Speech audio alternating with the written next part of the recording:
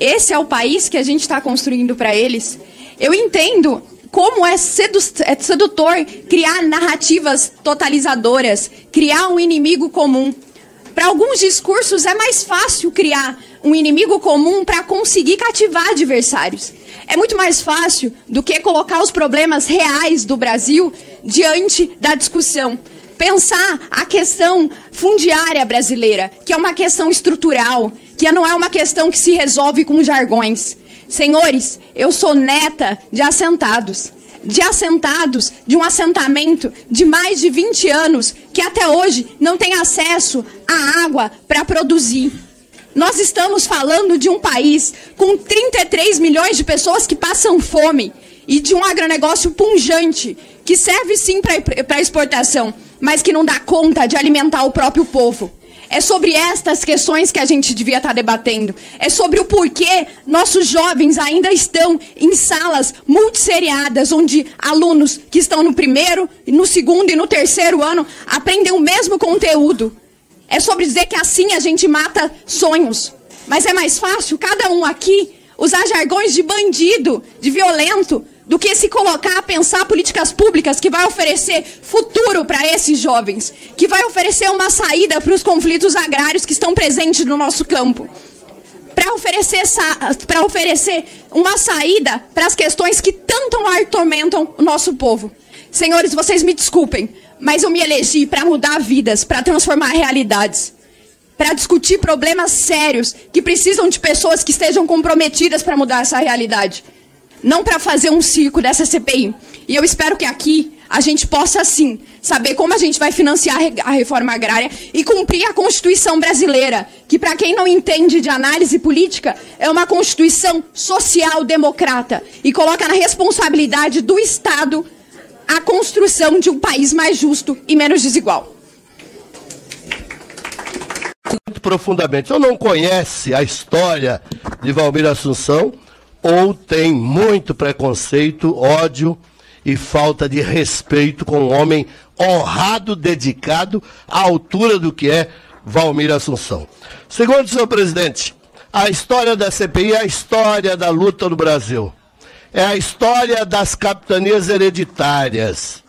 É a história da grilagem de terra. Aliás, iniciou agora uma novela da Rede Globo, eu não assisto novela, mas eu fui assistir o primeiro capítulo e está lá a história.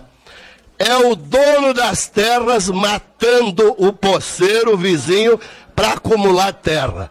Esta CPI só tem um objetivo, essa CPI só tem um objetivo, presidente. Quem puxou para fundá-la é criminalizar o povo trabalhador. É a história da Casa Grande contra a Senzala. É a história dos donos de escravo, daqueles que massacraram neste país.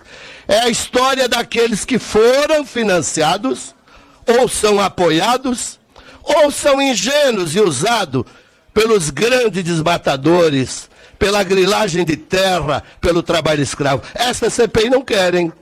Não arranca mais que 130 assinaturas, Walmir Assunção. Não arranca. Eu estava lendo o livro de Alexandre Saraiva, A Selva. Selva, um belo livro, uma maravilha. Um delegado da Polícia Federal contando a história, como a política nacional na região amazônica, com membros de ministro do governo Bolsonaro, acobertavam e estavam lá a serviço dos grandes madeireiros e dos esquemas corruptos, parlamentares desta casa, apoiando os madeireiros. Isso não é para apurar, isso não vai investigar, não vai ouvir. Tem que ouvir porque tem que criminalizar os pobres, aqueles que lutam pelo direito mais sagrado, não, que é o direito de trabalhar, direito de ter um pedaço de chão, direito de produzir. E eu tenho certeza absoluta que o Brasil mudou. Esta CPI, ou ela será séria e democrática, ou ela será desmoralizada pela sociedade brasileira. Que, aliás, quero parabenizar. Já iniciou uma campanha internacional, eu apoio o MST, e essa campanha é forte, para que a gente coloque verdadeiramente o sentido do que deve ser o papel da CPI. Obrigado, presidente. Com a palavra, deputado Marcos Polon.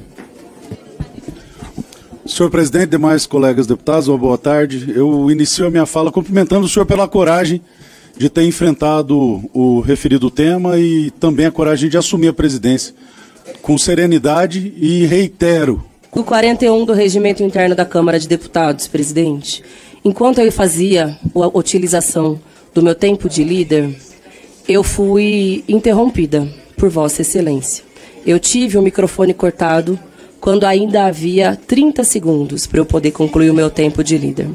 Presidente, uma coisa é fazer interrupções, pedir ordem, pedir que os deputados, enfim, tenham uma conduta mais adequada quando há ofensas, quando parte para agressão física ou agressão verbal.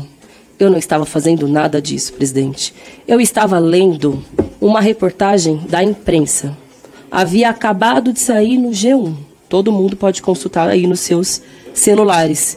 E na manchete do G1, a qual eu li, não havia nenhuma ofensa a Vossa Excelência e a nenhum dos membros dessa CPI. Havia um fato de que o Alexandre de Moraes havia autorizado que a Polícia Federal seguisse com as investigações sobre Vossa Excelência por ter participado das convocações dos atos golpistas.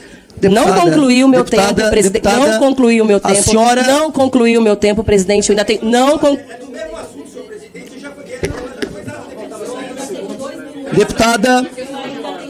Deputada, a questão de ordem do deputado Kim, que foi anterior à sua questão de ordem, eu já deferi. Eu indefiro a sua fala, deputada. Presidente, o senhor pode responder que como o senhor interrompeu ela nos 30 segundos, ok. Com a palavra, deputado Messias Donato.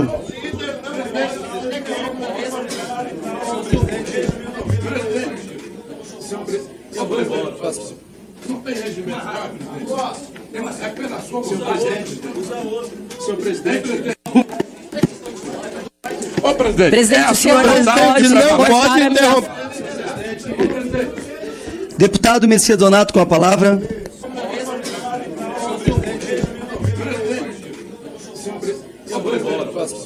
Não tem regimento rápido. É apenas sua vontade. Senhor presidente. Ô, presidente. Presidente, o senhor não pode interromper. Deputado Messias Donato, com a palavra.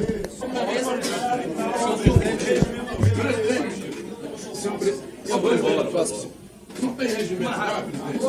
É apenas sua vontade. Senhor presidente. Ô, presidente. Presidente, o senhor não pode interromper. Deputado Messias Donato, com a palavra.